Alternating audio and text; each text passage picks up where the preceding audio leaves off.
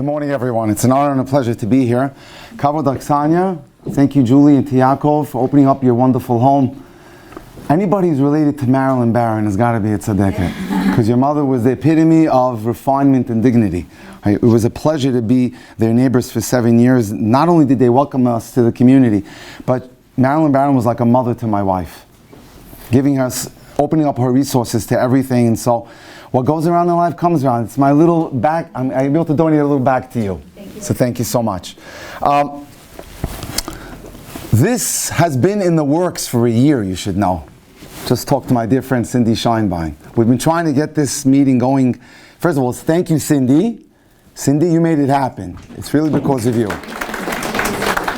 I was very, very involved in helping Morty get married, Baruch Hashem, her son. And so we made a connection. And then Cindy and Rob and I became close friends. And I said, we've got to get to Toronto. I'm getting phone calls. I want to help.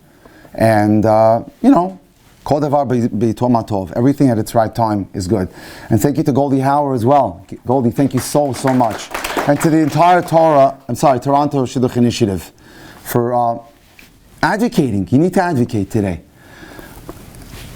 Julie made a point about going back to New York to help in Shidduchim. But I must say that I also was worried that my first 3 were girls. And I knew that I was a certain type of boy that I wanted. And I didn't think I was going to find that boy in Miami. So Baruch Hashem, I'm not here to tell you to make radical moves at all. I will tell you what I'm seeing on a daily basis from 1 p.m. to 2 in the morning, daily. It consumed my life. It is either girls sitting in front of me, or it is either girls calling me from WhatsApp, video from LA or Toronto, Antwerp, London, Yerushalayim, and on and on. It is like Charles Dickens said, and when he opened his book, it was the best of times, it was the worst of times. Today we're in an incredible era in terms of Yiddishkeit. We have more yeshivas than there ever were in the history of the world. We have more Torah being learned. And Shidduchim.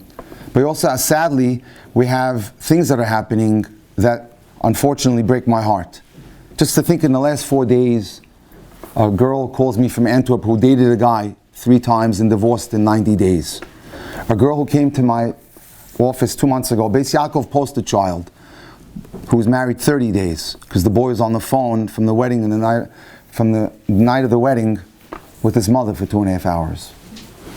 Or another one that came to me from Beis Yaakov last week, whose husband came out of the closet as G-A-Y. So we have to be on the lookout. And what happens is, and I'm going to talk with you today, we need a GPS. We need a game plan. We need to know what we're doing. We need a strategy. We need a toolbox. I need to help. My job here is to help educate you and illuminate the road a little bit so that when you go on dates, you have your radars up. That's not to say that people are evil. Klal Yisrael has a chazakah that everyone is kosher. But however, why should you be a victim and have to suffer? It's a tragedy. I had a 26-year-old girl sitting in front of me from Lakewood, who's originally from Montreal, whose 5 sisters married, one better than the next, and she fell into a horrible situation. And she's only being read divorced guys. I started working up her case, and automatically I went to regular guys. Why should she suffer? Because she made a mistake. But some of the situations that are out there today, and so hopefully we won't be casualties. So, taking from the premise of a car, when I get into a car and I get on the road, there are certain rules for how to have a safe journey. Let's go through them, and then I'll dissect those 5 areas out and give you a toolbox. Those who are writing, hashakoach, today's classroom stuff. You're going to learn a lot. And those who don't, it'll be on Torah Anytime probably in a day or 2. I consider today a major presentation. So, open your ears and your eyes.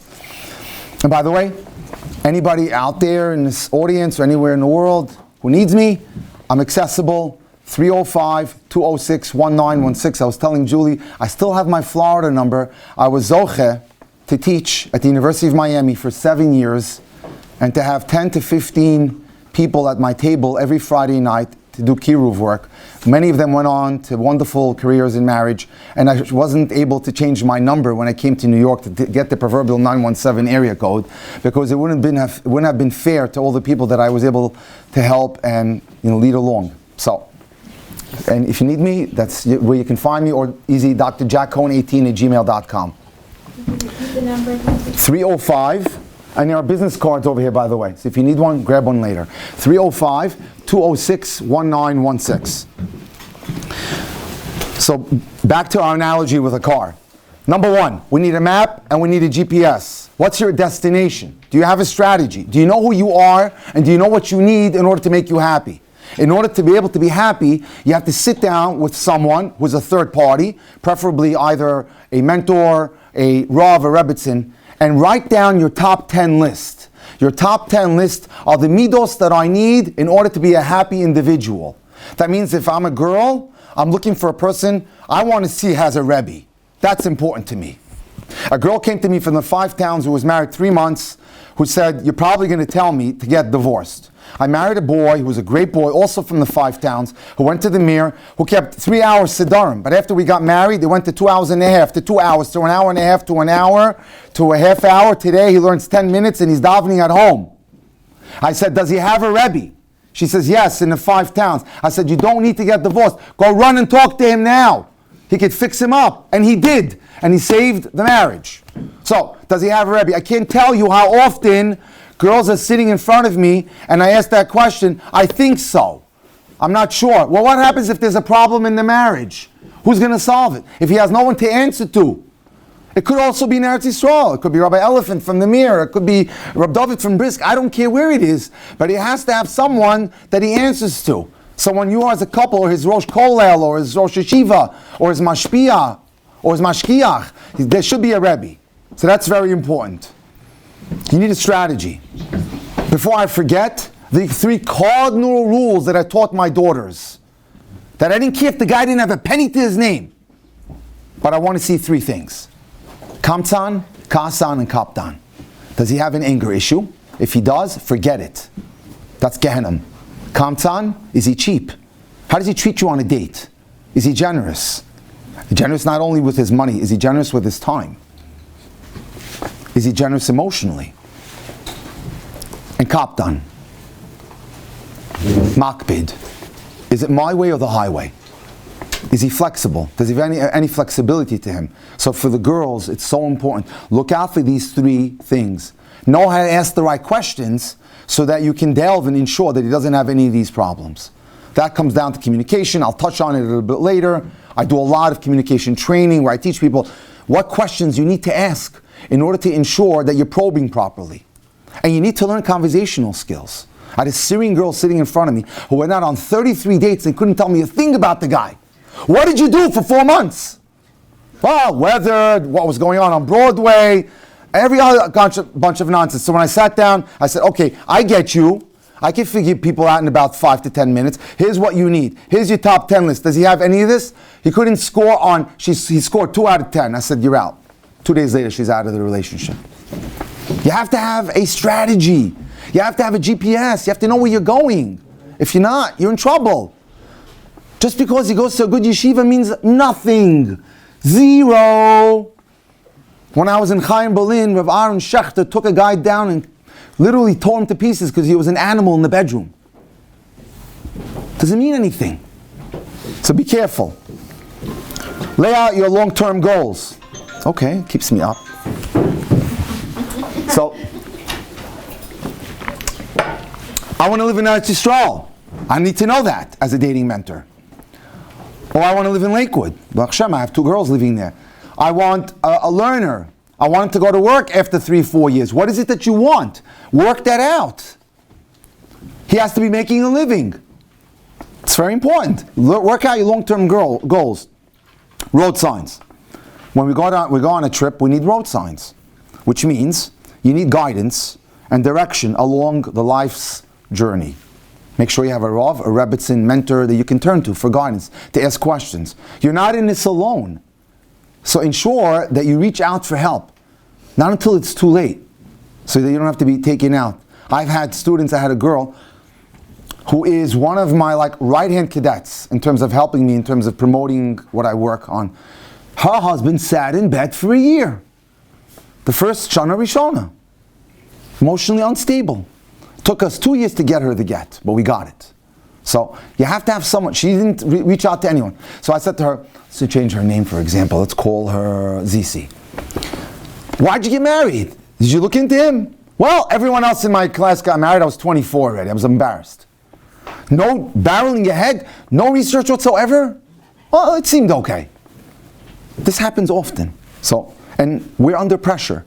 It's hard in the Shidduch world to be a girl and to watch your friends get married, and you sometimes, you chip away at your rules and you bend the rules, and you have to be careful where you bend those rules. There are certain things in life that are non-negotiable, and that you have to speak out with your mentor. Motor oil. I'll hit on that today with a little inspiration. Determination is to succeed. Is the key to success. Motor oil is what keeps the engine running. You need to be determined. You need to focus on your goal. You can't give up. I had a 50-year-old woman come in front of me this week who called me up. She says, that's it. I had a dream. I'm finally ready to get married. I said, what? She says, yeah, all these years, I don't know, I couldn't commit. I was too smart for the men. Be on the lookout for that too. I'm mentoring a boy. I was last week in Princeton. There was a singles event by partners in Shidduchim, so I spoke Sunday morning. The boy's cousin was there also from Europe. Very put together 33-year-old girl. I saw the problem right away. She was just scaring everyone away.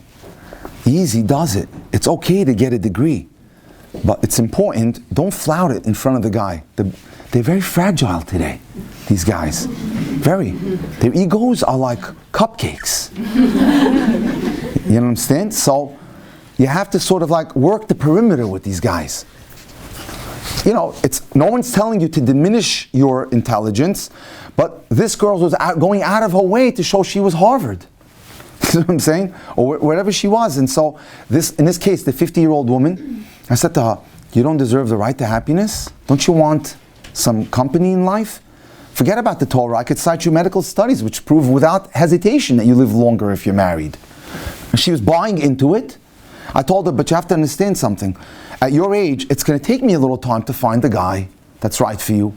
And oftentimes, when I deal with the 50, 60-year-olds ages, they purposely don't want someone never married because there must be something wrong with them. So I said to them, it's going to take me a little time to get to know you and to be able to frame you out to people that I want to introduce you to. But you got to hang in there for the ride. I can't do it. No, if you say it's going to be difficult, not for me. She walked right out of the house. Sorry, I can't help you. And what if he says no? Well, get used to rejection. It's okay. If a buyer goes in to sell Kmart or Walmart, he gets every sale. It's life. Treat it as a business. It is what it is. You tried your best. Hishtadlus is in our hands. The results are in Hashem's hands. So let's move on with that. Emergency kit. Don't forget a flat tire. If you get a flat tire, don't forget you need a replacement. Anticipate setbacks, which I just spoke about. 5. Powerade and energy bars. Emunah. You need emunah. You need to hold on and be strong. And for me, emunah means gratitude. That means that every day you get up, you get yourself a hold of a copy. If you need it, send me. I'll send you one of the thank you card to say thank you every day for everything that's happening in your life, including the fact I tell every single girl to do this. Thank you, Hashem. I'm single. I accept it is the best thing for me. Please, Hashem, grant me my soulmate as an act of mercy and not because you owe me anything. Every day say that. That is an incredible method to get Yeshuas. When you say thank you, you're acknowledging that Hashem runs your life, that whatever He does is for the best, and that you deserve nothing, and you're requesting a bakashas rachamim, an act of mercy. And don't forget, obviously, when you go on a trip in life, a cell phone. The road to life should not be traveled alone. Let Hashem be your partner, your guide, and your protector. Davening. Can't say enough about that. Okay. How should I succeed in life? Let me read you a poem that Zelig Pliskin cites that Rabbi Eliyahu Dessler wrote. And he wrote this in 1964. And this is a great way to maintain your success as an individual, to remain fresh, alive, happy. And he wrote, Michtav Miliyahu, Rav Elio Dessler was a genius. The past is only memories. The future is but only hopes. Focus on the present, for that is where your life truly is, and it consists only of tests. Don't we know about it? When you focus on that, your life expands. Your challenge in life is to appreciate all that you have about the present, and to always be grateful. Your life challenge is to become a more kinder, more compassionate, more appreciative individual, and to realize that life's tests are only for your benefit. I had the pleasure to tell a story by Jolie's house. I have to share this story again with them. This is an amazing story that I saw on a WhatsApp chat this week from a Rabbi Mogravi in Israel, who said it over in Hebrew, and it just blew me away. My wife shared it with my daughter. My daughter does Kiruv in NYU, Harvard, and Columbia. During the week, she walks in with 60 or 80 salads to girls who are in jeans. They're waiting breathlessly outside to help her carry it in, and she gives a share on lunch break to these modern girls who would not dare ever miss praying and say Tehillim all the time. But listen to this story about appreciation. A Hasidic guy in Williamsburg, in Brooklyn, my neck of the woods, is a safe driver. The guy's so safe that in a 30-mile zone he'll drive 23, 24. One day he's in the car, and unfortunately, a lady who's not so normal, a little bit upstairs unstable, darts right in front of his car. And he doesn't know what to do. He doesn't want to hurt her, so he swivels his wheel, and his car goes right into the sidewalk. In front of him are the most innocent husband and wife, old elderly couple, and he kills them on the spot. He's beside himself in pain and depression and sorrow. Come on in. Maybe we should make this room. Yeah, take all this. They don't. Come sit. Anyway. And his friends are trying to comfort him. It wasn't your fault. You had no other choice to get out of the way. It's for the best. Just deal with it. And he can't be misnachim. He can't be consoled. Okay, they said, you know what? Let's write a letter to Reb Chaim Kanievsky. He's a Gadol Hador. Perhaps he has some insight on this. They wrote a letter. Reb Chaim got the letter. He got a chance to answer the letter. They waited. 30 days later, the letter comes back to America with Reb Chaim's response. They open the letter. Reb Chaim is not known to be the person who writes many words. One word, Amalek. What does that mean? So his friends told him, that means that Amalek, spirit of Amalek got into you and is trying to make you depressed. Reb Chaim's trying to cheer you up. Okay, now we have a trial because he's charged for homicide, for killing this couple. He goes to court. The prosecutor gets up and rails against him. The judge says, where's the choker? Where's the investigator on the scene of the crime? The investigator gets up, gives testimony that that day he went and he inspected the area, and the asphalt was full of oil. There was an oil spill. That means that it wasn't the driver's fault and he should be exonerated. Your Honor, I recommend you let him off the hook. The judge says, okay, case dismissed. The man leaves and he's relieved. He happened to have been looking to upgrade to a larger apartment, this Hasidic fellow, because it was tight to him. And it takes a while to get a good apartment in Brooklyn. Finally, they get a phone call from a realtor that they found him a 3-bedroom apartment. He walks in with his wife. He turns white as a ghost. He sees a picture of the old man and woman that he killed in the living room. He says, we're getting out of here. This is like, I'm getting the heebie-jeebies. What's going on here? He says, come on, let's go.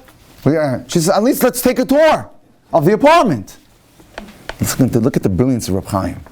He goes into the bedroom and he sees the guy when he was younger dressed in a picture in a Nazi uniform. It says, Memories of Treblinka.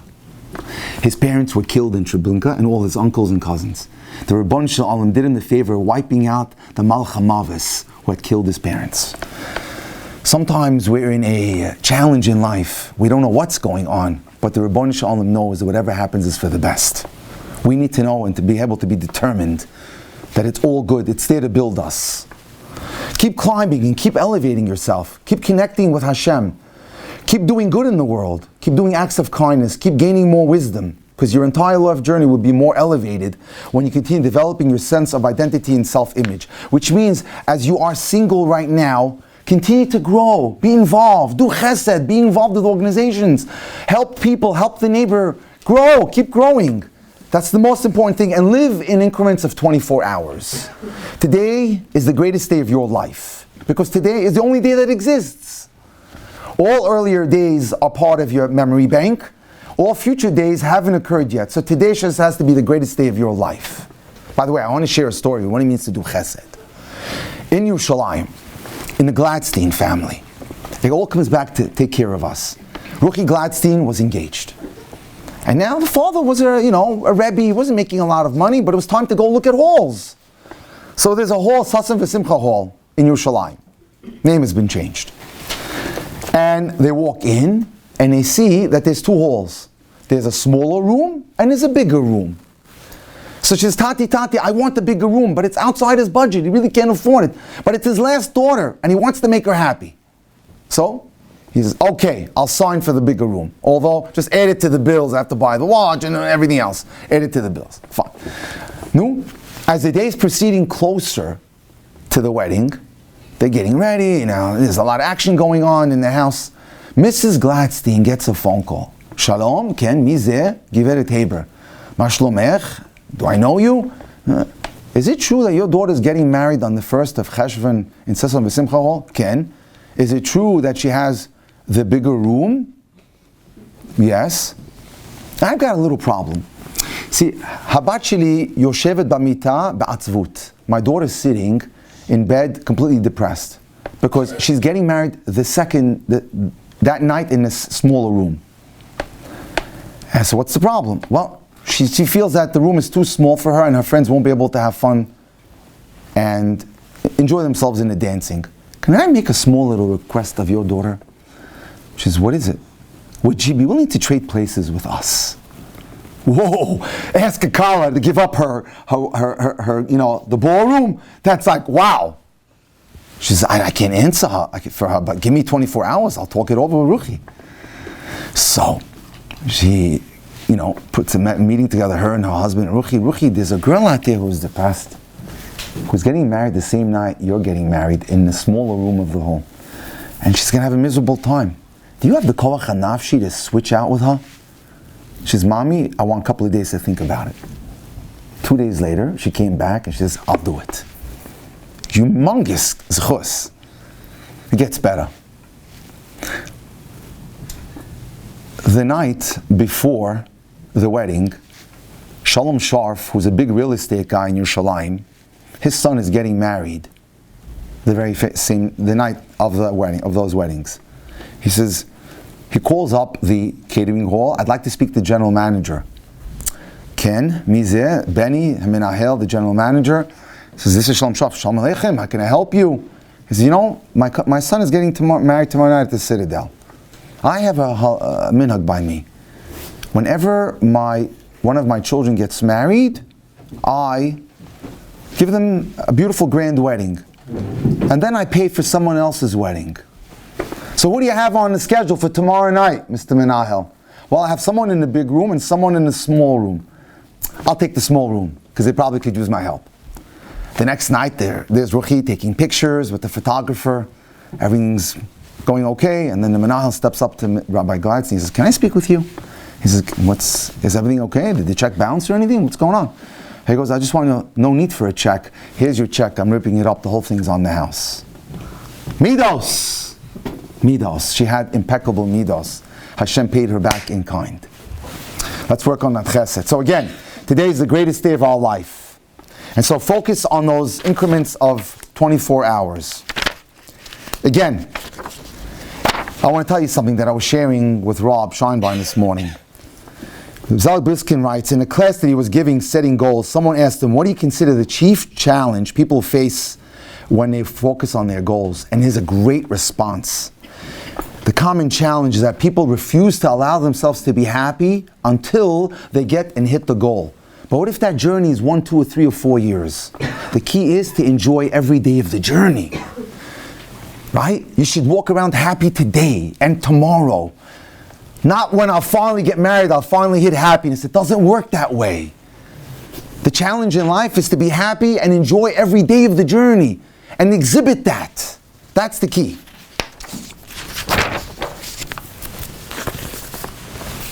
Okay. Let's get into the toolbox department. Okay, again, I want to talk about Simcha.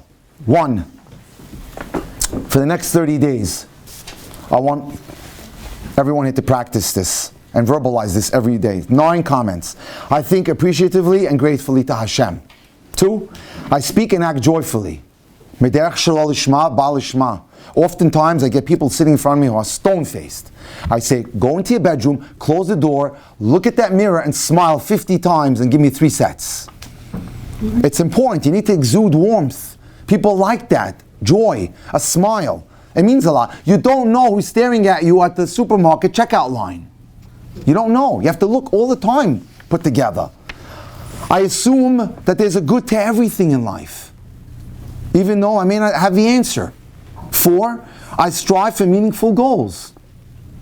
5, I see myself being the way I wish to be. Visualize yourself as a kala. Think it and it'll be it. Tzemach tzedek. 6, I focus on solutions. I don't just sit there and hop away at the problems. 7, I let challenges develop my character. So true, which is what we spoke about just now. 8, I consistently can access positive states. There's a wonderful Devar Torah told about what happened with Yosef when he interpreted the dreams that we say over to Achasan and Kala and Sheva Brachas. When Yosef said to Paro, there'll be 7 good years and 7 not so good years. So stuff away for the bad years. What we say to you is, whenever you're not feeling good, go into your archive of all your good memories and then bring them back up to the monitor and live off those and nourish yourself off those good memories so you can maintain a good attitude. 9, I smile and I wave to mirrors because they always smile and wave back to me. Research has proven without doubt that smiling to yourself in the mirror creates positive chemicals in your body, which allows you to be happy.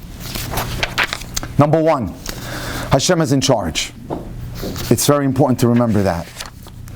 The famous story that's told about the person who went up to heaven and said, God, you were always with me. I'm deeply grateful because I always saw 2 footprints in the sand. How come that times there was only 1 footprint in the sand? And Hashem smiled and said, because those were the times when I was carrying you. Hashem is always there carrying us. So, He's always there, as we said with the cell phone. 2, let's get educated. We need a strategy. In order to learn how to drive a car, you need to take driver's ed. You need to learn how to date, and date effectively. We have the answers in Yiddishkeit, as I'm about to tell you. We don't have to turn to the outside world. It's all there. Rav Chaim Waxman tells a beautiful story of a Ben Torah who was getting married in Monsey. Rav Chaim Waxman is a Gadol Hador from Monsey. He developed a case of bad acne 2 weeks before his wedding. The mom went, crazy. What are we going to do? So she did some homework. She said, we're going to get you to the top cosmetic dermatologist in New York on the Upper East Side. She made an appointment for him. That day he went in. It was a Ben Torah. He brought a little Gemara with him. He's learning. When a female PORN star walks in that everyone knew. And he said, wow, you see who's here? Wow, model of depravity. And everyone's like, admiring her to no end when they finally did this to him. Did you see who's here? I have no clue who she's here. I don't know who she is. The word got back to the doctor's assistants that there's some greenhorn Jew in the lobby who doesn't know who this famous star is.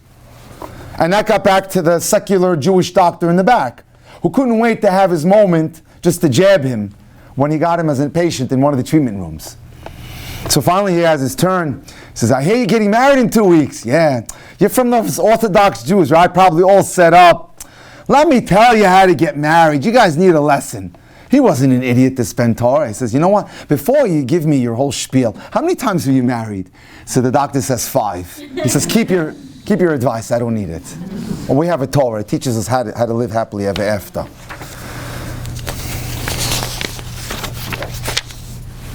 Okay. Let's talk a little bit about determination. Are you interested in finding a better job, a shidduch, a house, ways to make more money?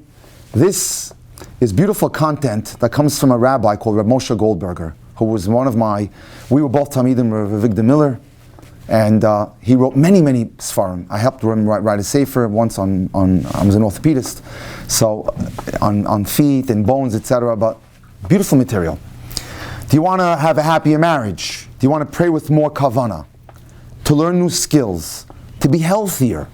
To give more tzedakah? The secret lies in applying the teachings of our rabbis. The path that you want to go is the path that they will lead you on. If it's something that you want in life and you're determined, you can achieve it. Rav Shlomo Rolby writes in Alei Shur, you need that key magic word, ratzon, desire. As a matter of fact, I'll share a secret with you. I talk to Hashem every day in my walk to shul. Give me ratzon to continue to help Klal Yisrael. Give me energy. Give me enthusiasm. Allow me to enjoy my work. You think this is easy? I love it. But it means that you really have to care for the Klal. So ask Hashem to give you that desire to accomplish whatever you need to accomplish. Give me desire to be determined to get married. Give me desire to do well in school or in Torah or whatever it is you are, wherever you are. Give me desire. Hashem will give you whatever you want if you just but open your mouth. Pitach picha v'male'ehu. Open your mouth, Hashem says, and I'll fill it. Give me desire. One need not be a genius to succeed or lucky. You may be poor or uneducated, old or young. The principle applies to anyone at any time. Make the choice to be determined and you'll be on the road to greatness. Not everyone has it so wow. And don't think that tzaddikim just are born like that. And they also have their struggles all the time. I heard a phenomenal story about Rav Ovadia Yosef. I had no idea. He had a broken engagement. His son who's the chief rabbi now, was on with Zamir Cohen, who has Hidabrut, and he told a phenomenal story. The rabbi was sitting and learning, and he was engaged. His kala came into the room, and she said, Ovadia, mata choshev hayom nalech laseret? What do you think if tonight we go to the movies? A very innocent request. He says to her, Ma holech shama? What goes on over there? Ish kofetz me'etz le'etz. Tarzan jumping from tree to tree. And he innocently says, here's a man whose every second of life was accounted for.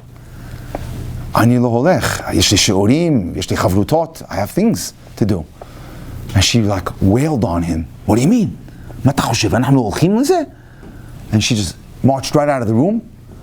2 days later, she summons him to a din Torah. He misled her. She was expecting a life of movies and good times or whatever. Anyway, there's a din Torah, and the rabbi doesn't want an embarrassment to take place. So the rabbi says to the Av Beis Din, you know what? I am now a student in Yeshiva Purat Yosef, which is right there next to the Kosel. I'll ask the Rosh Yeshiva of Zaratiya if I can put back this farm in the shanks, and whatever money I get, she can have. It's fine. They did the deal. She would get that salary. Gesundheit. Telescope now to 2012, when the rabbi is 92 years old. And it's a year before he passes away. And there's a knock on the door by his apartment in Rehova Kavlan in Har Nof. And the Gabbai Tzvi answers the door, and the little old lady's there. And he says, Mizeh? And she tells him, Tagid la Rav, Shidduch harishon shelo po. Tell him, his first shidduch is here to talk to him. Okay, let her in. So she comes in, she bemoans her fate, her life didn't work out the way she wanted it to work out, she never had the chance to get married, her matzav kalkala al panim, her financial situation is really bad, it's not really going for her, and she needs help. The rabbi, being who he is, in the position that he is, he's out of Shas, he says to Tzvi, take care of her, get her whatever she needs, set her up in an apartment, make sure she has all the money that she needs and all appliances. And it seems like it's okay. But I want to show you how Hashem runs our life to exact precision.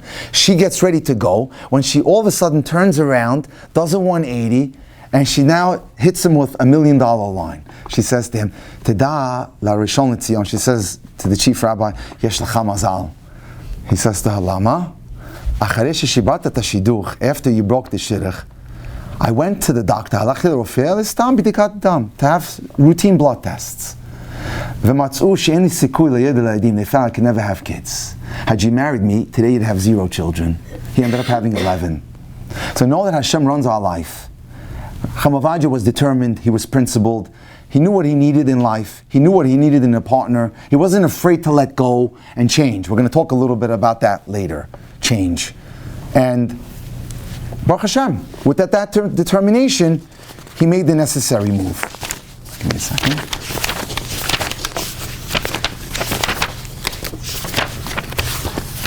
Okay. I want to find something. Here we go. Very apropos to this audience. There is no home today that exists that in some way has not been affected by this growing epidemic of the Shidduch crisis. With that in mind, let's talk about one of the most frightening 6-letter words in the English language. It is C-H-A-N-G-E, change. Do you feel the pain? Are you frightened? Change. It's terrifying, it's alarming. Change? Why should I change? What did I do to have to change? What have I done wrong? Maybe the change will be for the worse. What am I supposed to do? Can't I just try again? Give me one more chance. And yes, we humans are creatures of habit. Here we go. This is where I buy my fish. This is my fish store. But why not try another store? No, I'm good. Don't worry about me. This is when I wake up. This is how I drive. This is just the way I do it. This is the vort that I say at the table for this parsha every year. This is the amount of stucca that I give. And you know what? That's consistency. And it's beautiful. But what happens if it's not working? If it's not working, maybe we're meshubet to try to fix it. What do you do then? Let's say you're not being read shidduchim. And we know people like that. Or always being read the wrong ones. People don't share the same goals, the same values. What do you do then? Isn't there a time, difficult as it is, that we have to look at ourselves and look at our children or look at our grandchildren and say, you know what, this is not working? There's a time that I have to ask that question. We're not talking about placing the blame. Let's take an example from this week's parsha, which just passed. Eliezer. Eliezer has concluded his pursuit. He witnesses enough miracles of chesed that he certainly found the one, quote unquote. Right? And as the agreement is about to be consummated with Lavan, he says the following. Ve'ata im yeschem osim chesed ve'emes es adoni hagidu li. If you want to do kindness and truth with my master Avram, tell me. V'im lo, here's the magic line. Hagidu li. But if not, you don't do the deal. Ve'efne el yamin or small. I'm ready to go right or left. Hold on. This is the same Eliezer who just said before, Hashem etziach darki. My trip has been a success. Everything that I asked for, I got. But he tells Lavan Besuel, I'm ready to walk. Rav Pam has an amazing comment on this. The hashkacha could not have been more clear. He was fully prepared to seek elsewhere if it doesn't work out. The flexibility was extraordinary. I'm ready to walk if I have to. Even though I requested that the girl should be able to, give me water to drink and the camels, and we're talking about 300 gallons or 1,000 gallons, whichever one you want to go with. And he got everything he made a request of. And still, he was ready to walk. This is relevant to us because we have to make changes sometimes in attitude or action. Here are some examples. I only want a tall boy. I need a rich girl. I don't like blondes, not for me. I will never date someone who has a beard, who doesn't have one. Right? I'll never marry a boy with an up hat or a down hat. I'll only go out with a professional. That's a beauty. I hear that one all the time. Right? Maybe he's making a very good living and he owns a business. And so as a result, we box ourselves in. Or, I could never marry a Baal Tshuva. But sometimes it's a good combination. Sometimes it could be a very good combination. I know in my community, in the Syrian community, there are so many Bnei Torah today who went to co-ed high schools that made it Lev Aaron, Mikdash Melech, Mir or Brisk, 6 years, and that today are incredible Bnei Torah, writing Sefarim. Take a look at the whole picture. This whole group today wouldn't even think of looking, the girls who end up with these guys, Wouldn't think of marrying anybody else who doesn't learn. So we have to take a look at the whole picture. Before, say, rejection, make sure you can look into the person in greater detail. A question I'm going to ask you. What would have happened if Boaz took that approach with Rus? What would King David be today? We wouldn't even have him. So we have to be open-minded. What? You're reading me this guy? He has a broken engagement. So what? He made a mistake. Look into it. And I'm not saying run into it barrel ahead, but investigate. It could be proper. So we have to redesign our mode of conduct a little bit. We have to think outside the box. And what does that mean? Maybe I need to learn to become a little bit more open on dates. I'm not exposing my vulnerability enough. Or maybe a little less open, I'm talking too much. Maybe you need to learn how to ask more questions. Perhaps you're too busy trying to impress. Instead of finding out more about the person you're considering, maybe you want to change, it calls for a change in the dating strategy. All things that you could do. And maybe I'm not networking enough. All things that we can look into it and to try to change. Can we break the ice with a joke a little bit? Okay. Should I settle? Here's a girl at age 22. Let's hear her list. List of demands. Number 1, handsome. Number 2, charming. Number 3, financially successful. Number 4, a caring listener. Number 5, witty. Number 6, he's got to be in good shape. Number 7, dresses in style. 8, appreciates the finer things in life. 9, full of thoughtful surprises. And 10, a romantic. Well, our 22-year-old is just a little bit too picky. She's 32 now. Let's hear her revised list. Number 1, nice looking, hair preferred. 2, opens the car door and holds the chair. Number 3, has enough money for a nice dinner. 4, listens more than he talks. 5, laughs at my jokes. 6, carries bags of groceries with ease. 7, owns at least one tie. 8, appreciates a good home-cooked meal. 9, remembers birthdays and anniversaries. And 10, is attentive. Well, our 32-year-old is still a little too picky.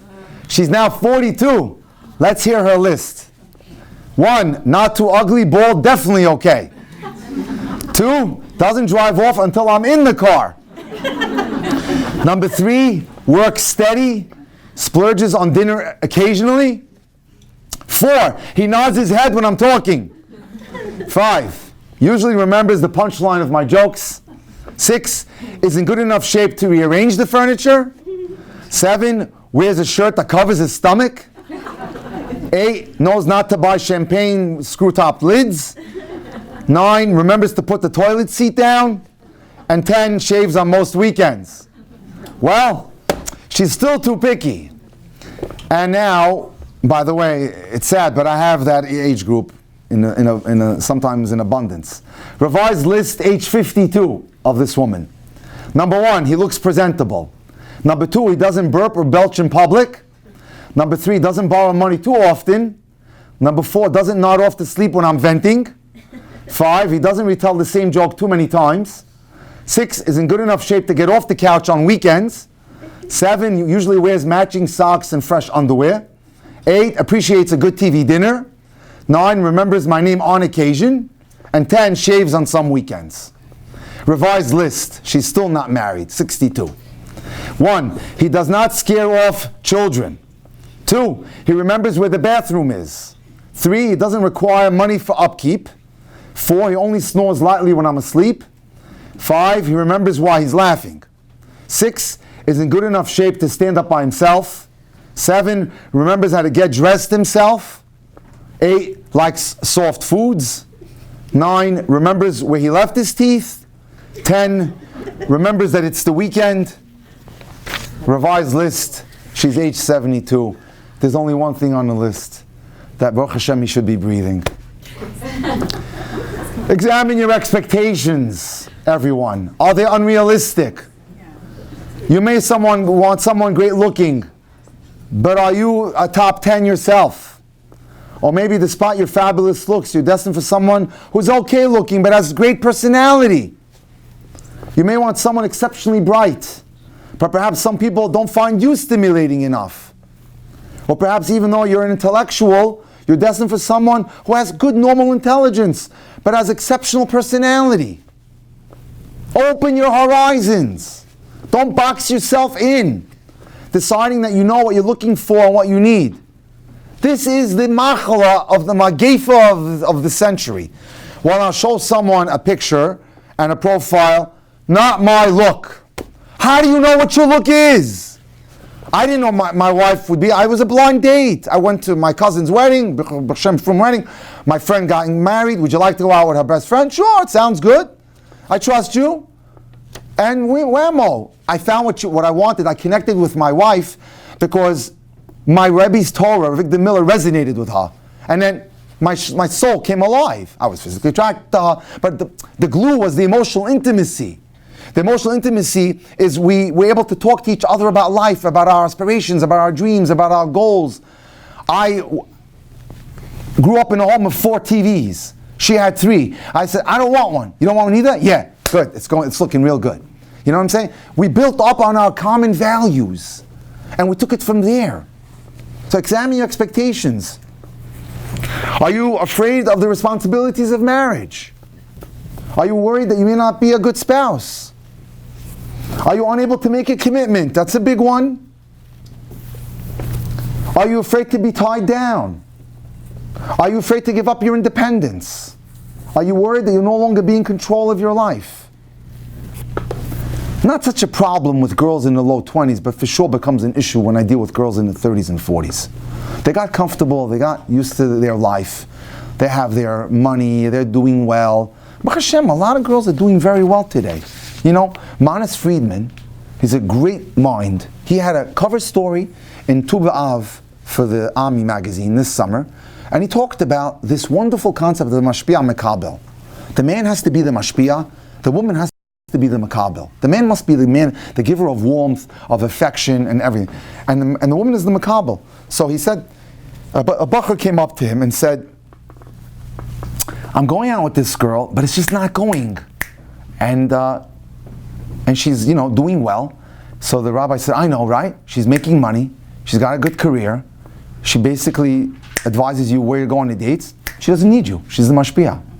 Don't become the mashpia. Let the guy be that. So he doesn't need you.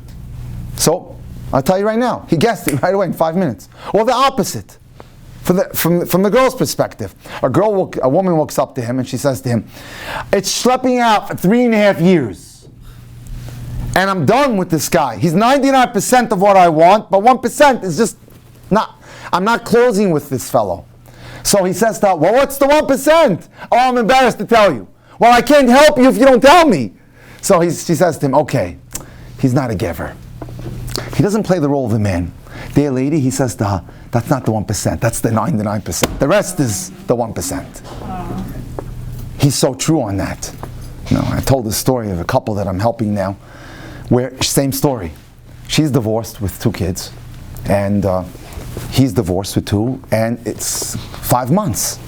We don't need 5 months in our community to get it. We're Jews, we're Orthodox Jews. We date cerebrally. We come in with an agenda. We know what questions we want to ask. We basically have an idea, and we try to look for the connection. But it was this same violation of Mashpia Mekabel. I said to her, okay, let me talk to him. I talked to him, and he's griping about she doesn't nurture me, she doesn't, fill me with warmth and support. I said, Mendy, you got it all wrong. That's your job for her, not for her to you. And she had, this past week, Murphy's Law. She gets into her car, there's a flat tire. The kids are screaming in the back, she's got to get them to yeshiva. She calls Mendy, I need help. He comes over, instead of grabbing the jack and helping her, he's now slamming her. You're never there for me, you're not there for me, you don't. I said, what are you, nuts? The woman was in crisis. That she's already on the dating apps as of yesterday. It's over. 5 months of wasting time with something like that. Unfortunately, she's a good person, and she meant well, but had she had a clear idea of this concept and what she needs in a man, she would have Without tooting my own horn, I would have had her out of this in 3 dates. Definitely. You know what I'm saying? But people waste time because there isn't a clear strategy. Can a person change? You can't change the other person. You can only change yourself and your reactions to life. So very important, don't think you're going to get into a situation where you're going to change anybody, because that's not going to happen. They have to want to change. Emotional intimacy, I spoke about it a little bit. It's a deep sense of friendship. When you're dating, look for a deep sense of friendship and a connectivity where you don't pretend, you are yourselves. You're sharing ideas, you're sharing goals, you're sharing your visions. You look forward to being with each other, you're comfortable around each other. You do things to make the other person happy. You want to be the person that the other person can come to for support. You're listening? Pay attention to this. This is very important. This is Kodesh Kodashim. It's a state of being that you must develop in order to have a close marriage. And it doesn't come in 2 dates. It takes 8, 9, 12 dates. It's built on time spent together. Most couples in our society need a minimum of 10 to 12 dates to get there. Don't rush. Very important. Don't rush. During this time, you're seeing different facets of each other's personality and ways of relating. So the obvious question, how do I build emotional intimacy? If that's the glue of a great marriage, so I'll give you some pointers. Vary what you do on a date. Change the dates up. One date is a romantic dinner. One date is a walk in the park. One date is night painting. One date is Dave & Buster's or an indoor arcade. Another date is sightseeing or a day date or a museum if that's your thing. Get to see the person from a different vantage point. Sometimes they don't open up in 1 or 2 settings and then the floodgates open. So change the vantage.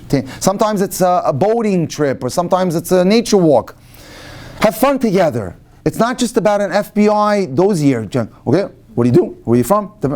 Have fun. It's important. Don't let it become mechanical.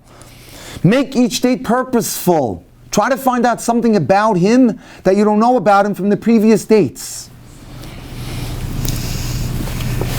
Okay, some people may disagree with me, but after the shotgun is dropped, 5 or 6 dates, talk on the phone. Yes.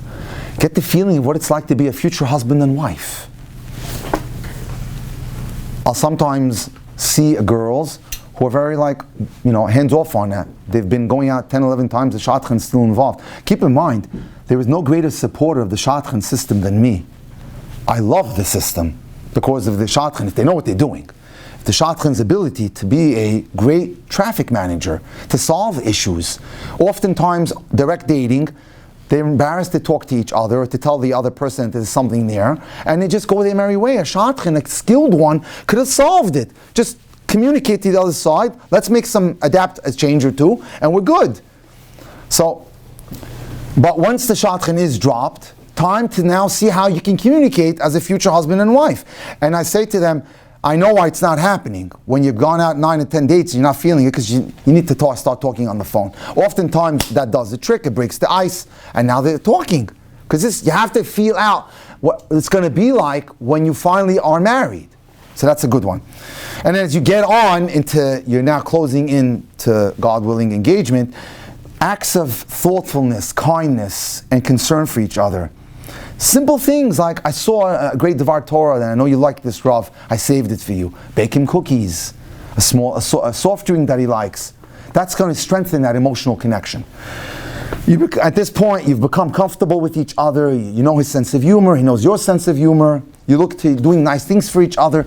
In the past with other people, if there was a disagreement, you went your merry way. With this one, you look for solutions, you want to keep it alive. And obviously, the last but not least are for respect. Well, let me back up and give you what that represents. There is a system called the pair system. If you're going out with someone to determine if he is the right one for you. And I'll get into it a little bit more later if I have some time. PAIR, physical attraction. Not infatuation, physical attraction. Sometimes it could take time to develop, 3, 4, 5 dates. Okay. 2, admiration. Do I look up to him? That's key. If you don't look up to him, you got serious problems. Acceptance. No one is perfect. and there are things that are wrong with every single one of us, can I live with his chisroinus? And that's for you to decide based on your top 10 list. If the positive outweighs the negative, and the negative isn't something that gets under your skin, it's good. Affection. Do we connect? And do we feel an emotional connection for each other? This word, I'm in love, is ridiculous. It's a misused term from Western society. We'd like to phrase it in the frum world. Are we close friends? Can I see myself building a home with him? Then we move on to emotional intimacy, which is what I spoke about before. This blending together, there's no pretending, there's trusting, and then lastly, respect. Absolutely no place for a boy who treats you with disrespect. Who chas v'shalom talks negatively to you, or cynically to you, or sarcastically to you. That's a magefa. Run away from him like the plague. No violations of that.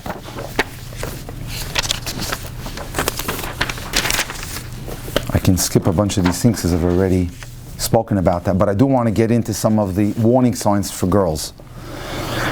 Does he push your boundaries or limits? Is he very moody? Be careful for that. Does he have mood swings? Happy one day, down the next, like a yo-yo. Does he tell you or try to dictate to you who your friends should be? Does he criticize the way you dress? These are all red flags. Be careful. How does he react in situations of frustration? Such as you get to the restaurant and you have to wait 20 minutes for the table. Does he huff and puff and walk back and forth? How does he act in traffic jams? Does he speak to you in a disrespectful or hurtful way? Does he take responsibility for his actions? That's maturity. Does he blame everyone else? There was a case I had this week. After they got married, there was a nightmare to begin with. He's calling his future brother-in-law not to marry into the family. From guy. Be on the lookout. Is he very jealous and possessive? Does he check your calls? Does he look into your cell phone? That's not his business. He's now violating boundaries. Do you often find yourself alienated from friends and family since you've been dating him? Because they're trying to tell you, be on the lookout, and you're not paying attention. Continue. Look out for a boy who's argumentative. Negative, pessimistic outlook. I was interviewed by Headliners, which is a big, big show. It's actually, I saw it, my interview was last night. It's a combination with Yitzchak Breidowitz. Go on it, it's very good. It was called Broken Engagements. They had a very big thing on it this week. It's on Yeshiva World. Go on it, I saw it last night. They said to me, Dr. Cohen, if there's one thing that you look for in a client or their significant person that they're dating, what is it? I said, that's a no-brainer. Simchas HaChaim. I want someone who has an optimistic zest for life, whether it's my client or it's the person that they're dating. Because if you're going out with someone who's depressed and who's down, or who's not happy, you'll have one long, ugly journey. Simchas HaChaim. Critical. Watch out for a person who has few friendships, who's a loner. Now, I'm not dismissing him outright, but I want to know why. The guy doesn't have a chevra. At least give me an answer. Sarcastic humor. I'll give you a beauty. This is unbelievable. A OT, an occupational therapist, from girl, from Brooklyn, is dating a guy for 4 months, and she comes to me in the summer. It's not going. The boy happened to have moved from this country down to my neck of the woods, and it was going okay, but talk about sense of humor. She said to me, is it appropriate for a boy to make fun and make jokes of the Holocaust? So what? What does that mean? We as a nation didn't suffer enough that he finds jokes at Auschwitz funny? What a sicko. So we called his Rav. I said, are you aware that he does this and this? He said, I've never heard of this. And now she tells me more. On his butt of jokes are people who have cancer. I said, what a sick human being. What are you going out with him for? 3 days later it was over. Look what people can just hide under the rug. Is that acceptable? Temper outbursts, such as hitting walls, slamming doors. I was in Chicago last week for the Shabbos project. A guy walks up to me. I have a problem. I like to hit walls and throw glasses at things. He says to me, what should I work on? So I said, I think, how do I get rid of the problem? I said, buy yourself a book called The Garden of Emunah and start to actualize the concept that Hashem runs the world. People are angry, are actually saying, God, I don't like the way you're running my life. And I'm upset. I'm the boss. You need a huge tutorial in how Hashem runs the world. If you got a parking ticket, Hashem gave you the parking ticket. If you failed the test, Hashem was responsible for that. You need to change your whole modus operandi of how you behave as a Jew. Okay. Anything I need to tell you here? No, we did all that. Oh yeah, there's a few more. Signs of potential problems. Very important, take notes. Does he speak condescendingly of his Rebbeim, friends, family? Especially, watch out how he talks about his parents. Very important. Is his behavior off-putting or unrefined? Rudeness. How does he treat his brother and sister? I'm trying to remember a case that I had this week. Oh, yes. Where a girl told me that she went to visit the other side, and he was very disrespectful to his brothers and sisters, constantly making fun of them. Very big red flag. And he was like shushing his parents. Prevention is worth a pound, of having to, God forbid, make a mistake. So listen up, it's important. Arrogance and a sense of entitlement. He beats his chest. I did this, I did that. Blaming others for his problems instead of taking responsibility. Always having to be right.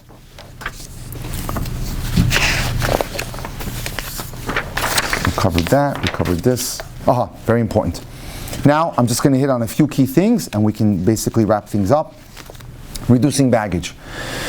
If there's something that's going on with you that you need to get help with, and it could be a trauma, a past episode that was an emotionally disturbing event, something that took place in your life, get the help that you need now.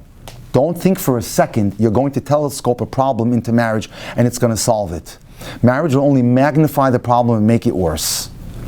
If you have a self-esteem issue, work on it now. It's something that a lot of girls have, more than need to be. Work on your confidence.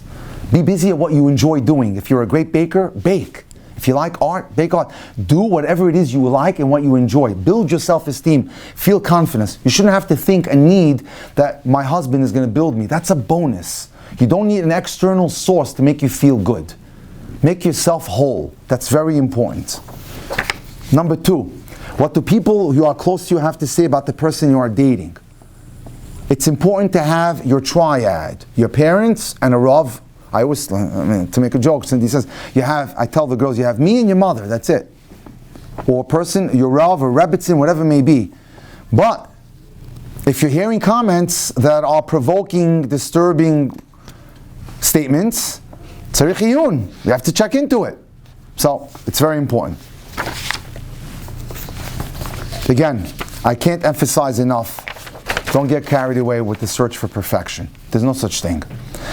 And a cute little joke, but that really sends the message home. Grandma was sitting in front of the ocean playing with little Shimmy, her grandson, who had his Yankee cap on, when suddenly a huge gull and a wave came and swallowed Shimmy up.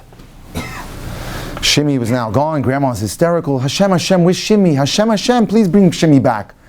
A miracle took place, and Shimmy came spitting right out of the water. Grandma says, thank you, Hashem, but what happened to his Yankee cap? So don't expect everything. We're not going to get everything. And again, when it comes to the top 10 list, some of the things we're looking for are capable, authentic, communicative, decisive, can make a decision, good under stress. Family is important to him, whether he wants one or he's good to his family. Enthusiastic, has goals for the future, helpful. happy-go-lucky, simchas achayim, we said, outgoing if that's important to you, humble, humility, positive outlook, yiras shamayim. But what's not important is rich, worldly, tall, classy, stylish. No, not for us. Now, network how-tos. I have to give you that one.